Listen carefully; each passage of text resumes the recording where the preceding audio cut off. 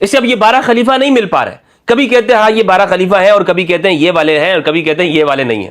یعنی کیا رسول اللہ صلی اللہ علیہ وآلہ وسلم ایسی مبہم اور مجمل بات کر کے اپنی امت کو چھوڑ سکتے ہیں؟ یہ اس لیے یہ لوگ پریشان ہو رہے ہیں، انہیں یہ 12 خلیفہ نہیں مل رہے ہیں کہ انہوں نے پہلے خلیفہ کو نہیں سمجھا۔ یعنی ہمارے اکابرین میں سے آج تک کوئی بھی کنفرم نہیں کر پایا کہ 12 خلیفہ کون ہے۔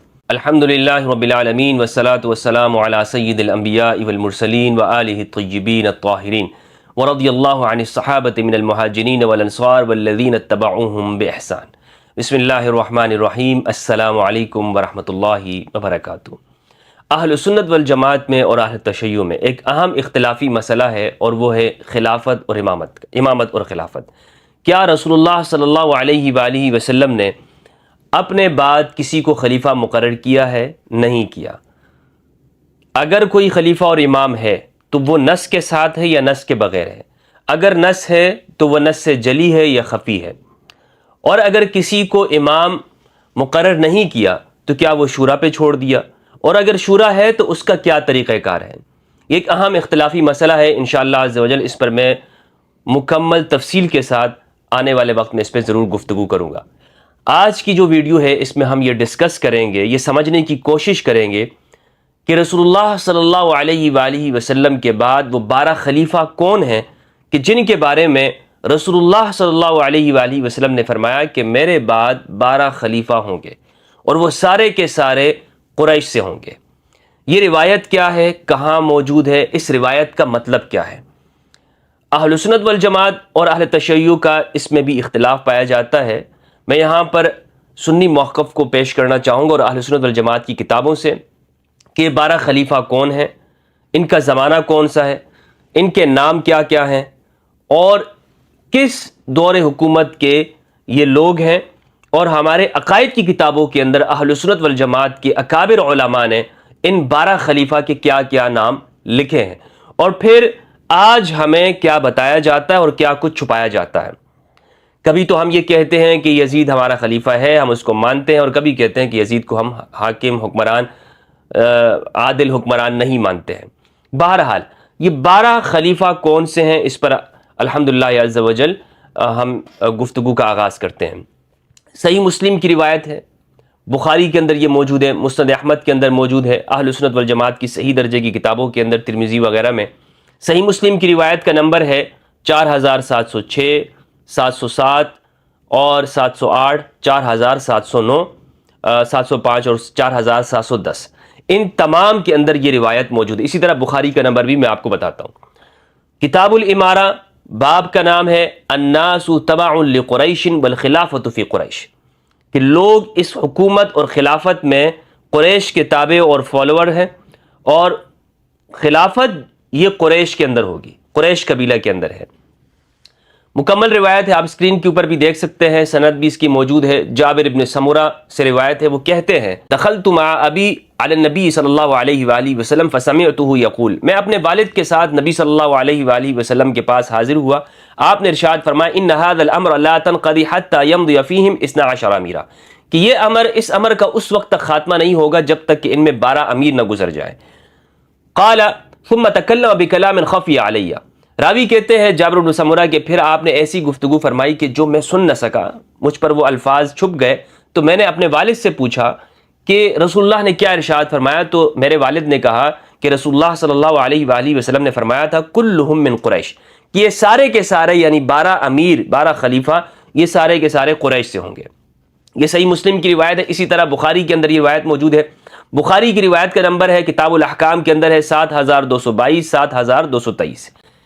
انہی سے روایت ہے جابر بن سمرہ سے، وہ کہتے ہیں یکون 12 امیرا، رسول اللہ نے ارشاد فرمایا صلی اللہ علیہ وآلہ وسلم کے 12 امیر ہوں گے۔ فقال کلمۃ لم اسمعها، پھر آپ نے ایسی گفتگو فرمائی کہ جو میں سن نہ سکا۔ فقال ابی، تو میرے والد نے کہا کہ رسول اللہ نے فرمایا کلہم من قریش، یہ سارے کے سارے قریش سے ہوں گے۔ یہ جو روایت ہے جامع ترمذی میں موجود ہے۔ ترمذی کی روایت کا نمبر ہے 2223، سنن ابو داود کے اندر ہے 4279، 4280۔ مسند احمد کی روایت کا نمبر ہے 20805، 20830، اور اسی طرح 20860 کے اندر یہ روایت موجود ہے۔ اب اس روایت سے کیا بات معلوم ہوتی ہے؟ اس روایت سے یہ بات معلوم ہوتی ہے کہ رسول اللہ صلی اللہ علیہ وآلہ وسلم نے ارشاد فرمایا کہ میرے بعد 12 خلیفہ ہوں گے، اور بعض روایات کے اندر یہ ہے کہ دین ان خلیفہ کے زمانے میں غالب ہوگا. ٹھیک ہے، اس روایت سے یہ بات معلوم ہوئی کہ 12 خلیفہ ہوں گے. دوسری بات یہ معلوم ہوئی کہ یہ جو خلیفہ ہیں یہ اسلام ان کے زمانے میں غالب ہوگا، اور یہ وہ خلیفہ ہوں گے کہ جو رسول اللہ صلی اللہ علیہ وآلہ وسلم جن کے بارے میں یہ ارشاد فرما رہے ہیں کہ دین کا جو کام ہے یہ اسے لے کر چلیں گے، دین کا کام اسے لے کر چلیں گے اور اس کو مضبوط کریں گے، منی ہوگا، عزیز ہوگا ان کے زمانے میں، اسلام غالب ہوگا، شان و شوکت والا ہوگا. لیکن ان 12 خلیفہ کے بارے میں اہل سنت والجماعت کی طرف سے کوئی ایسی تصریح موجود نہیں ہے کہ یہ اس کو متعین کر سکے. بعض نے متعین کیا ہے، لیکن پھر جو متاخرین ہیں وہ اس حوالے سے اس کا جواب نہیں دے پاتے اور ان کو مشکل پیش آتی ہے. حتیٰ کہ ابن الجوزی نے کشف مشکل احادیث کے اندر جلد 1 صفحہ 479 میں یہ بات لکھی ہے کہ اس حدیث نے مجھے تھکا دیا ہے اور مجھے اس کا کوئی جواب نہیں مل سکا کہ یہ ہے کون سے، یہ 12 خلیفہ کون سے. دیکھیں، جب اہل البیت سے یہ امت دور ہوئی ہے نا، اور رسول اللہ کی واضح نصیحت جو ہے، واضح جو وصیت ہے اور فرمان ہے، جو 1,24,000 صحابہ کے مجمع میں حجۃ الوداع کے موقع پر آپ صلی اللہ علیہ وآلہ وسلم نے اس امت کو گارنٹی اور ضمانت دی ہے، حدیث الثقلین، جب اس امت نے اسے چھوڑا ہے تو اب یہ پریشان ہو گئی ہے. اسے اب یہ 12 خلیفہ نہیں مل پا رہے. کبھی کہتے ہیں ہاں یہ 12 خلیفہ ہے، اور کبھی کہتے ہیں یہ والے ہیں، اور کبھی کہتے ہیں یہ والے نہیں ہیں. یعنی خلفاء اربعہ، یعنی جنہیں خلفاء راشدین کہا جاتا ہے، حضرت ابوبکر، حضرت عمر، حضرت عثمان، حضرت علی رضی اللہ عنہم، اہل سنت یہ کہتے ہیں کہ یہ خلفاء راشدین ہیں. اس کے بعد امام حسن کو شامل کر لیا جاتا ہے، اور پھر یعنی یہ 5 خلیفہ ہو گئے. اب پھر درمیان میں اپنی پسند ناپسند کے حضرات کو ڈھونڈا جاتا ہے، تلاش کیا جاتا ہے، یہ ہے اور اس میں یہ نہیں ہے. یعنی کبھی کہا جاتا ہے کہ اس میں 6 نمبر پر عمر بن عبدالعزیز ہیں. بڑے بڑے اسکالرز پریشان ہو گئے ہیں، اور حتیٰ کہ کچھ لوگ تو یہ کہتے ہیں آج کے زمانے کے کہ بھائی ان 6 کا تو ہمیں معلوم ہے، اور 7ویں جو ہے امام مہدی علیہ السلام، لیکن جو اور ہے نا جو 5 بچ گئے ہیں ان کے بارے میں ہمیں نہیں پتا کہ وہ کون سے لوگ ہیں. یعنی کیا رسول اللہ صلی اللہ علیہ وآلہ وسلم ایسی مبہم اور مجمل بات کر کے اپنی امت کو چھوڑ سکتے ہیں؟ یہ اس لیے یہ لوگ پریشان ہو رہے ہیں، انہیں یہ 12 خلیفہ نہیں مل رہے ہیں کہ انہوں نے پہلے خلیفہ کو نہیں سمجھا. انہوں نے پہلے جو خلیفہ ہے امام علی علیہ السلام ان کا حق نہیں سمجھ پائے. اور امام علی کا خلافت کے بارے میں کیا حق ہے؟ صحیح بخاری کی روایت ہے 4240 4241.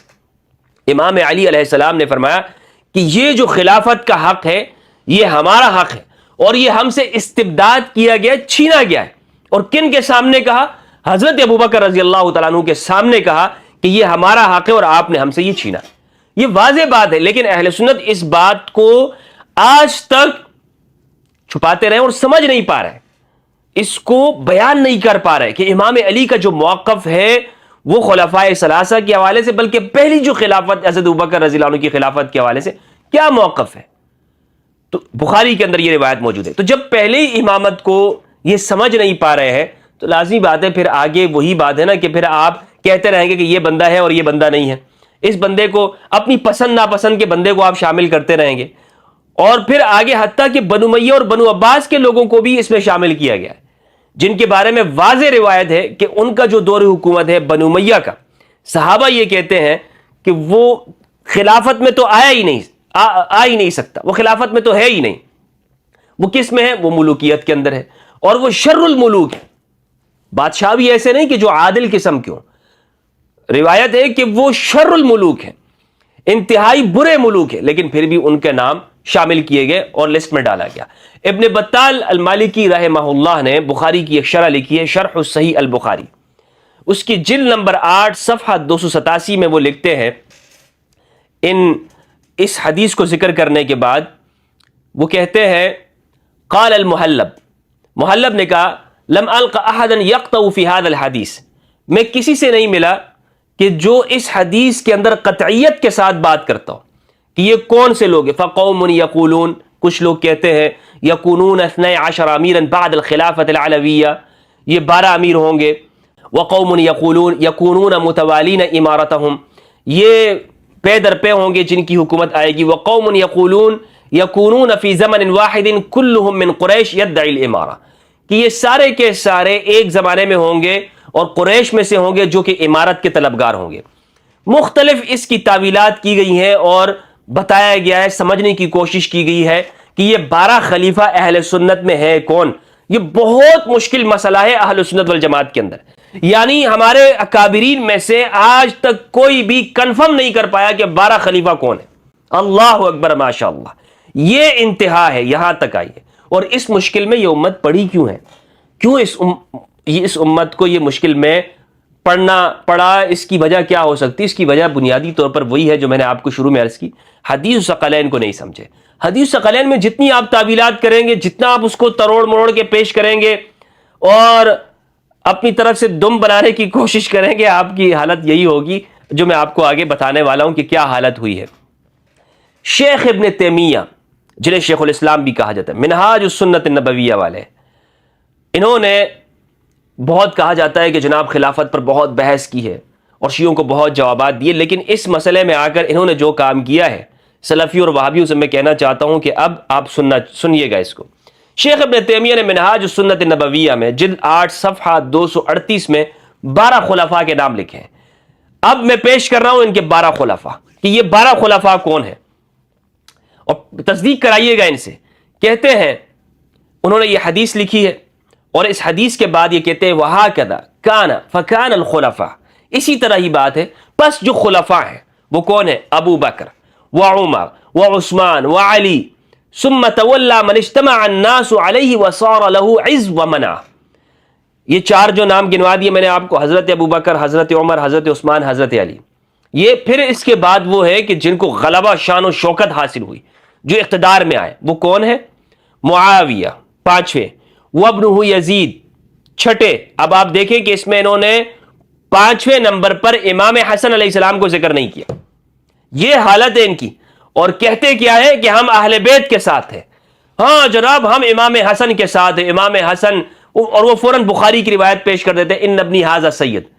بھول جاتے ہیں کہ رسول اللہ نے سید اور سردار امام حسن سے فرمایا میرا یہ بیٹا سید و سردار ہے. معاویہ بن ابی سفیان سے نہیں کہا کہ یہ سید و سردار ہے. تو حق خلافت کا کن کا بنتا ہے؟ امام حسن علیہ السلام کا. لیکن یہ ناصبی کیا کرتے ہیں؟ امام حسن کو بھول کر 12 خلفاء کے اندر سے امام حسن کو شامل نہیں کیا، اور مولا علی کے بعد کن کو رکھتے ہیں؟ معاویہ کو 5ویں نمبر پر. 6 نمبر پر ان کا بیٹا یزید، ثم عبد الملک، پھر 7ویں نمبر پر عبد الملک، وہ اولادہ الاربع، اور اس کے پھر 4 بیٹے، وبینہم عمر بن عبد العزیز، اور اسی میں عمر بن عبد العزیز ہے. لے جناب، اہل سنت کے 12 خلیفہ پورے ہو گئے. اس میں کون کون ہے؟ یزید جیسا شخص بھی ہمارے ہاں وہ خلیفہ ہے، ہمارے ہاں وہ خلیفہ حکمران ہے.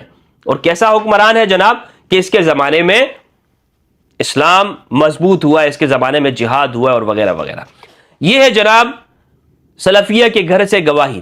اسی طرح احناف کے چوٹی کے عالم علی بن سلطان القاری الحنفی رحمہ اللہ، انہوں نے شرح فقہ الاکبر کے اندر صفحہ 124 میں لکھا، اور یہ جو فقہ الاکبر کی شرح ہے یہ چھپی ہے جناب علی مکتبۃ المدینہ کراچی سے. اس میں کیا لکھا ہوا ہے یہی پڑھایا جاتا ہے. دعوت اسلامی کے جو ہمارے جو لوگ ہیں، پھر لوگ کہتے ہیں کہ ناسبی کیوں ہوتے ہیں. وہ کہتے ہیں وَكَانَ الْأَمْرُ كَمَا قَالَ النَّبِيُّ صلی اللہ علیہ وآلہ وسلم فَالْإِثْنَى هُمُ الْخُلَفَاءُ الرَّاشِدُونَ الْأَرْبَعَةُ. 4 تو وہ ہو گئے خلفاء، وہ معاویہ وابنہ یزید وعبد الملک بن مروان واولادہ الاربعہ وبینہم عمر بن عبد العزیز. ثم اخذ الامر فی الانحلال. پھر یہ کمزوری کی طرف یہ معاملہ پڑ گیا، یعنی اقتدار کے اندر، کیونکہ یعنی اسلام پھر کمزوری میں چلتا گیا ان کے زمانے. وعند الرافضہ ان امر الامت لم یزل فی ایام ہؤلاء فاسدا. روافض کے نزدیک ہم نے جو یہ 12 نام گنوائے ہیں، ان کے زمانے میں بھی اسلام وہ شان و شوکت میں نہیں تھا. تو بہرحال ملا علی قاری نے بھی، جو حنفی ہیں، انہوں نے بھی جو 12 خلیفہ کے نام گنوائے ہیں وہ کون ہیں جناب؟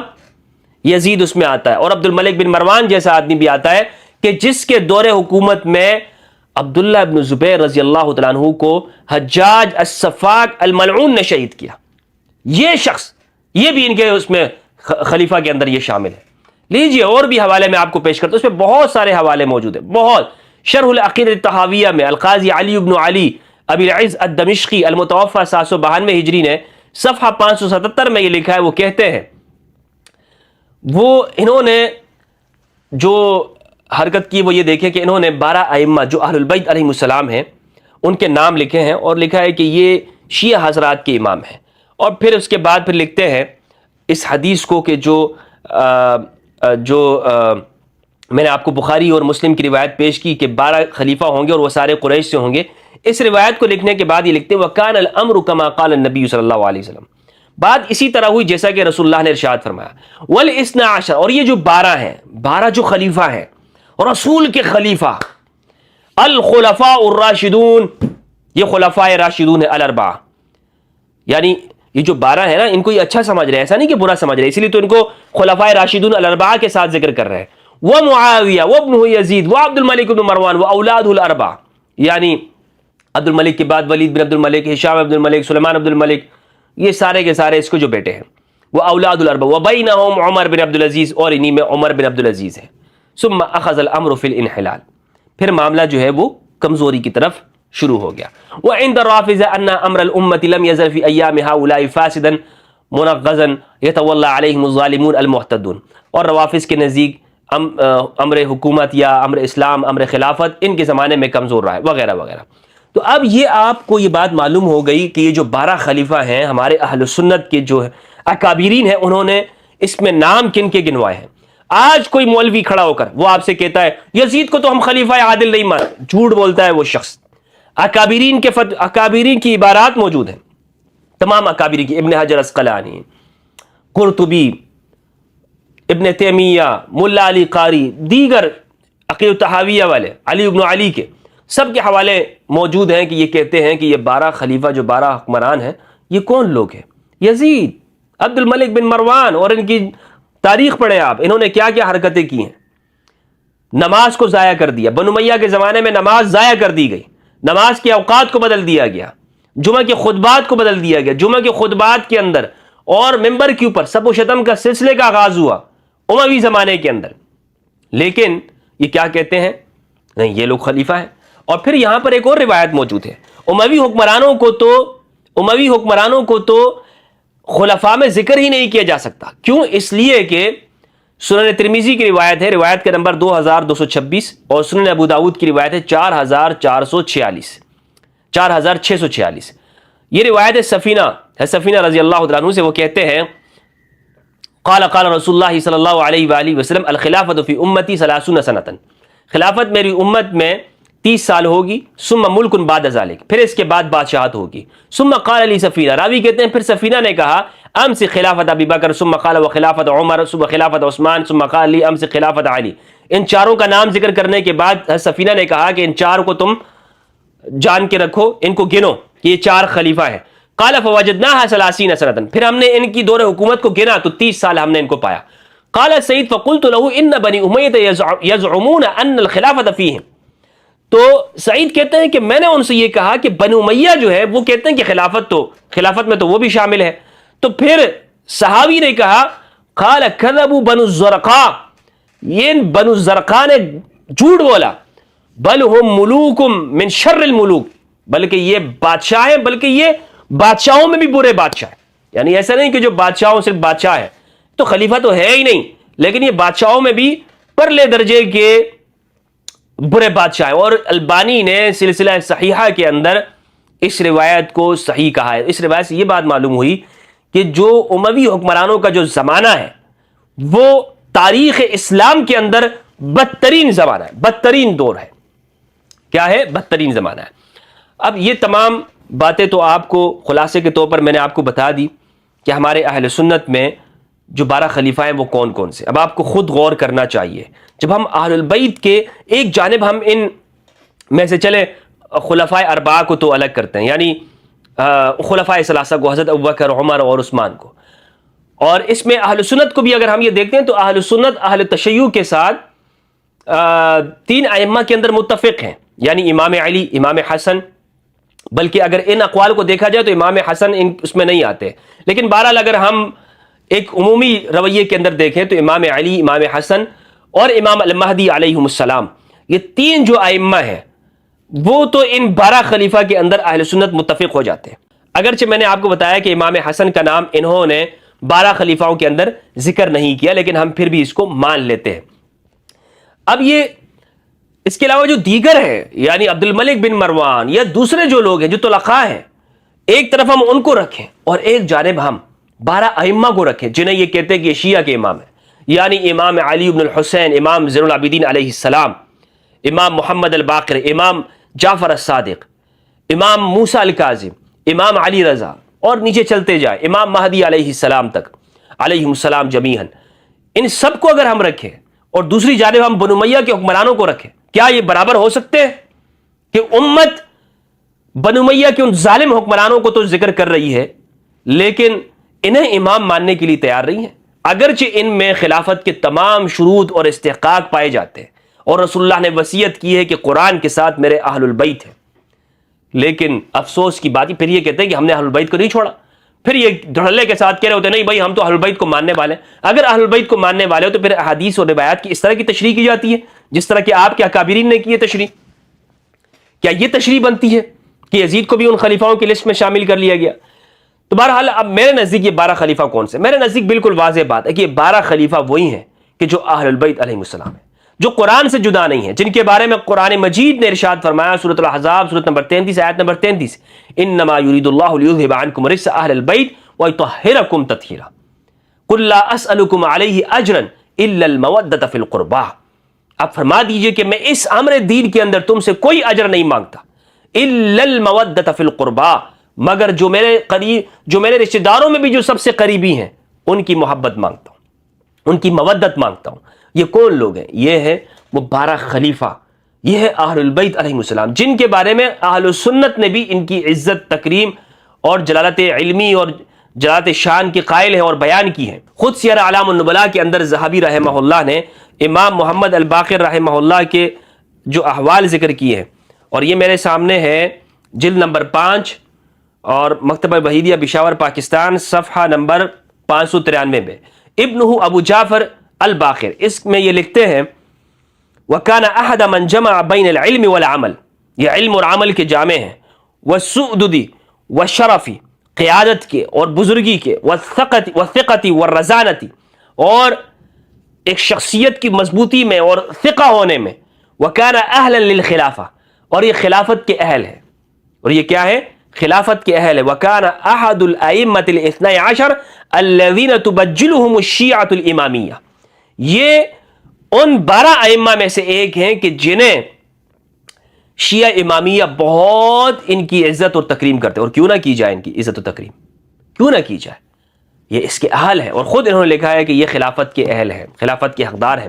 اور میں نے آپ کو بتا دیا کہ خلافت کے بارے میں امام علی کا جو موقف ہے وہ کیا ہے کہ یہ ہمارا حق ہے، یہ بنو ہاشم کا حق ہے.